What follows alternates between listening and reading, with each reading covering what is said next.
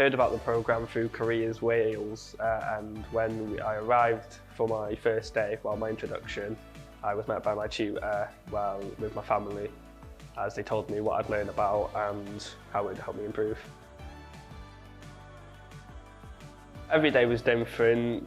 We learned a lot about to improve our skills, including West, which is our essential skills.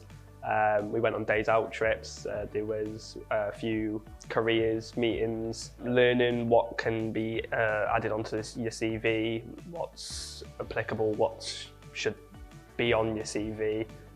Confidence skills. I've made friends that I imagine will be with for a long time. Be happy really, but also just to find a job that I enjoy, something that will be stable. I'd like to maybe pop back to working with animals or mental health or anything. It's helped me get introduced to other programmes. It helps with helping people move forward with their careers and giving them different opportunities. Also provides money just to help with travel, anything you need really.